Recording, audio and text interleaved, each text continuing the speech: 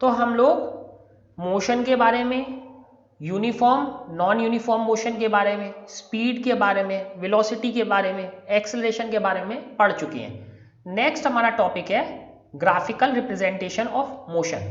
इसका मतलब ये है कि मोशन अगर किसी ऑब्जेक्ट का हो रहा हो तो उसे ग्राफ में कैसे दिखाएं।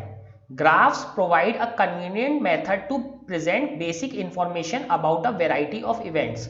तो ग्राफ से क्या होता है, ये कन्वीनियंट है, यानी ये आसानी से हमें दिखाने में हेल्प, किस चीज को, इंफॉर्मेशन जो है, जो डिफरेंट टाइप के इवेंट्स हो रहे हैं उसकी जो इंफॉर्मेशन है वो इस पर हम आसानी से दिखा सकते हैं।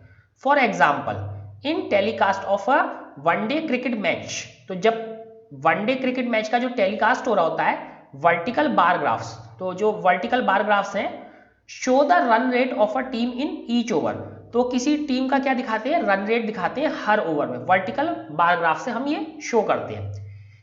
As you have studied in mathematics, a straight line graph helps in solving a linear equation having two variables.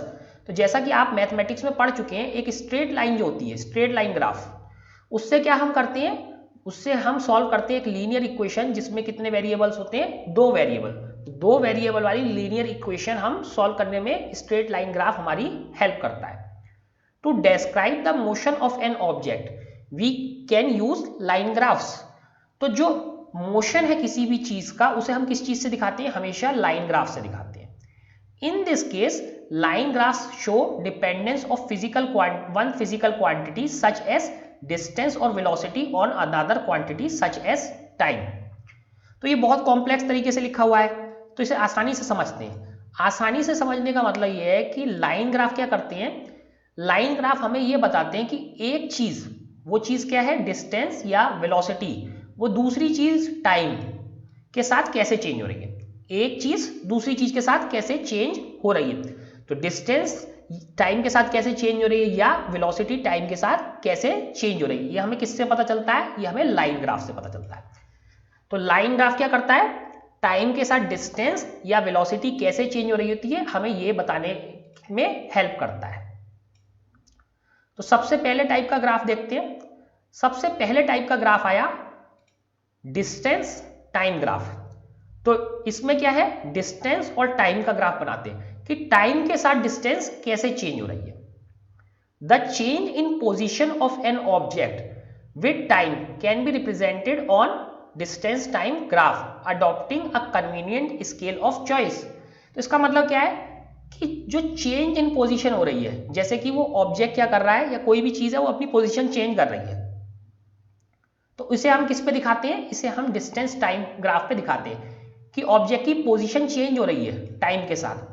तो ये हम किस पे दिखाएंगे, डिस्टेंस टाइम ग्राफ पे, adopting a convenient scale of choice. Convenient scale of choice का क्या मतलब होता है कि हम अपनी पसंद से चॉइस कर सकते हैं कि उस पे जो मार्किंग है वो किलोमीटर में होगी, सेंटीमीटर में होगी, मीटर में होगी, हम अपनी चॉइस के हिसाब से मार्किंग उसकी कर सकते हैं। In this graph time is taking along x axis. तो टाइम किस पे लेते हैं हम, एक्स एक्सिस पे। तो यहां देखिए ये कौन सी एक्सिस है, एक्स, ये कौन सी एक्सिस है, Y.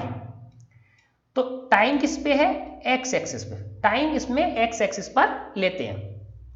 And the distance is taken along Y axis. और डिस्टेंस किस पे ली है हमने, ये देखिए डिस्टेंस ये किस पे आ गई, हमारी वाई एक्सिस पे। Distance time graphs can be employed under various conditions where objects move with uniform speed, non-uniform speed, remain at rest, etc. तो जो डिस्टेंस टाइम ग्राफ है उनका हम कहाँ यूज कर सकते हैं, सभी कंडीशन में, जो डिफरेंट टाइप की कंडीशन है उनमें कर सकते हैं। चाहे वो ऑब्जेक्ट यूनिफॉर्म स्पीड से मूव कर रहा हो, नॉन यूनिफॉर्म स्पीड से मूव कर रहा हो, या वो रेस्ट में हो, या ऐसा कुछ और भी हो सकता है। तो इसमें सब में हम क्या यूज करते हैं, डिस्टेंस टाइम ग्राफ यूज करते हैं। आज मैं आपको एक नई चीज बताना चाहता हूं। तो जैसे ये ग्राफ का लिखा हमने डिस्टेंस टाइम ग्राफ, तो इसमें लिखने का तरीका ये होता है कि जो पहली क्वांटिटी होती है वो हमेशा वाई एक्सिस पे दिखाते हैं, और यहां क्या दिखाते हैं, सेकंड क्वांटिटी हमेशा एक्स एक्सिस पे दिखाते हैं। ये हमेशा याद रखिए। अगर कहीं पे और भी कोई ग्राफ आए, जैसे नेक्स्ट आएगा वेलोसिटी टाइम का ग्राफ, ठीक है, वेलोसिटी टाइम ग्राफ आ गया, तो वेलोसिटी और टाइम के ग्राफ में वेलोसिटी किस एक्सिस पे होगी, हमेशा फर्स्ट क्वांटिटी वाई एक्सिस पे होती है, सेकंड वाली क्वांटिटी एक्स एक्सिस पे। तो जैसे अगर कुछ और ग्राफ है, जैसे उसमें क्या है कि हमारी क्वांटिटी जो है ए बी ग्राफ कहा हमने, ए और बी दो क्वांटिटी, हम इनके बीच में ग्राफ बना रहे हैं, ए बी ग्राफ। तो ए किस एक्सिस पे होगी, तो अगर हम इसे बनाएंगे तो हमेशा ए वाई एक्सिस पे होगी। ठीक है, पहली क्वांटिटी वाई एक्सिस पे होती है, दूसरी क्वांटिटी एक्स एक्सिस पर ही होती है। अगर इसकी जगह बी ए ग्राफ होता तो क्या होता, बी ए ग्राफ होता तो ये होता कि पहले कौन सी क्वांटिटी है, बी, तो बी होगी वाई एक्सिस पे, बाद में कौन सी क्वांटिटी, ए, तो ए एक्स एक्सिस में। पहली क्वांटिटी हमेशा वाई एक्सिस पे होती है, दूसरी क्वांटिटी हमेशा एक्स एक्सिस पे होती है। ये हमें ग्राफ बनाते वक्त हमेशा ध्यान रखना है। तो और ग्राफ के बारे में जब भी हम लिखेंगे तो लिखेंगे भी ऐसे ही, हम ये नहीं कहेंगे कभी भी टाइम डिस्टेंस ग्राफ, हम हमेशा कहेंगे डिस्टेंस टाइम ग्राफ, क्योंकि पहली क्वांटिटी क्या है, वाई एक्सिस पे। अगर टाइम वाई पे होता, डिस्टेंस एक्स पे होती, तब हम क्या बोलते हैं उसे, टाइम डिस्टेंस ग्राफ। लेकिन हम क्या कर रहे हैं, डिस्टेंस वाई पे लिख रहे हैं, टाइम एक्स पे, तो डिस्टेंस टाइम ग्राफ बोलेंगे। ठीक है, अब इसे देखते हैं, इस ग्राफ को देखते हैं। तो ये क्या है, distance time graph of an object moving with uniform speed. तो ये कैसे मूव कर रहा है, यूनिफॉर्म स्पीड से मूव करते हुए जो है एक ऑब्जेक्ट के लिए ये है हमारा डिस्टेंस टाइम का ग्राफ। इस ग्राफ में जब हम देखते हैं तो अगर हम ये वाला पॉइंट लेते हैं, ठीक है, तो यहाँ पे जो है टाइम अगर हम काउंट करें और डिस्टेंस देखें तो डिस्टेंस कितनी है, 10। यहाँ पे देखें तो डिस्टेंस आ गई अराउंड 18। इसके हिसाब से टाइम देखें तो जब हम टाइम का डिफरेंस और डिस्टेंस का डिफरेंस निकालेंगे तो सारे क्या आएंगे, इक्वल आएंगे। तो जैसे 30 सेकंड पर टाइम लेंगे और 40 किलोमीटर पर टाइम लेंगे तो सब में टाइम क्या आएगा, इक्वल आएगा। तो जब इक्वल टाइम में इक्वल डिस्टेंस कवर होती हैं तो कैसा आता है, तो वो होता है यूनिफॉर्म मोशन। यूनिफॉर्म मोशन के लिए हमेशा ग्राफ कैसा आएगा, स्ट्रेट लाइन। तो ये स्ट्रेट लाइन है, अगर ये स्ट्रेट नहीं होती तो मोशन यूनिफॉर्म नहीं है। तो एक पहले समझने के लिए बनाते हैं, ठीक है, यहाँ 1 second, 2 second, 3 second, 4 second, 5 second, ठीक है। तो हर सेकेंड में 5 मीटर डिस्टेंस कवर करना है, 5 मीटर, 5 और 5 10 मीटर, 10 और 5 15 मीटर, 15 5 20 मीटर और 20 और 20 5 मीटर। और सेकंड में ये क्या हो गया, 1 2 3 4 5। तो जब 1 सेकंड हुआ तो 5 मीटर चला, तो यहाँ पे हमने एक डॉट लगा दिया। 2 सेकंड में कितना चल लिया था, 10 मीटर। 3 सेकंड में तो 5 और यानी 15 मीटर चल लिया। 4 सेकंड में कितना चल लिया था, 20।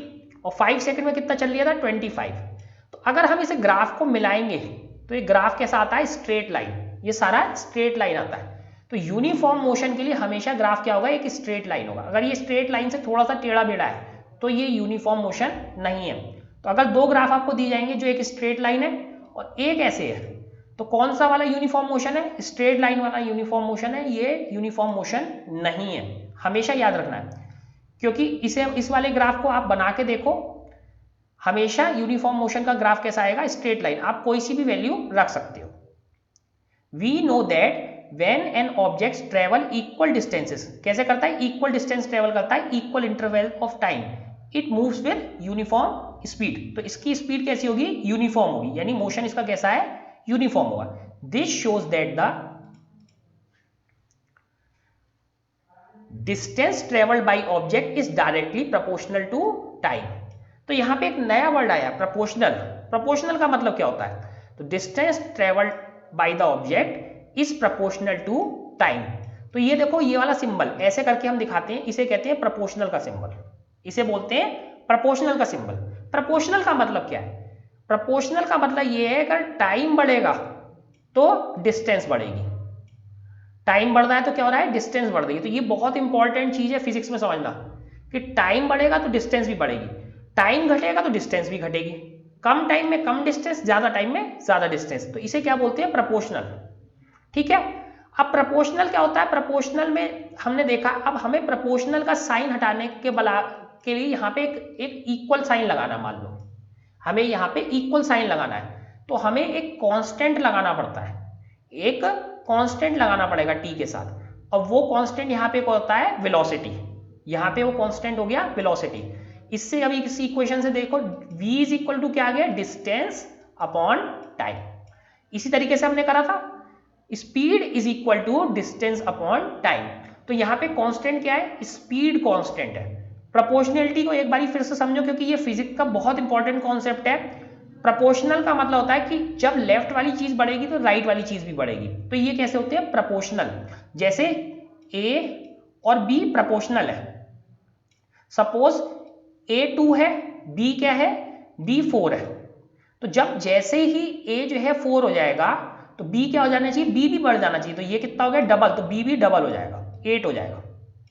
अब a जो है 6 हो गया, तो कितना हो गया, 2 × 3, तो ये भी 3 टाइम्स हो जाएगा, ये हो जाएगा 12। इसमें फिर प्रोपोर्शनलिटी है, अगर ये 8 हुआ तो ये 2 × 4 8 हो गया, तो ये कितना हो जाएगा, ये भी 4 × 4 हो जाएगा। तो इसे क्या बोलते हैं, प्रोपोर्शनलिटी। प्रोपोर्शनलिटी फिजिक्स का एक बहुत इंपॉर्टेंट टर्म है और इसे हमें समझना चाहिए कि दोनों चीज बराबरी से बढ़ रही है। अगर एक साइड 4 टाइम्स हो जाएगी तो दूसरी साइड भी 4 टाइम्स हो जाएगी, और हमें एक प्रोपोर्शनलिटी के साइन को जो है कन्वर्ट करना होता है जब इक्वल में, तो हम क्या करते हैं, एक कांस्टेंट रख देते हैं वहां पे। सपोज यहाँ पे हमने एक छोटा सी रख दिया, छोटा सी मीन्स कांस्टेंट, और b a is equal to C B. तो ये चीज समझनी जरूरी है कि प्रोपोर्शनलिटी को हटाने के लिए हमेशा एक कांस्टेंट रखना जरूरी होता है।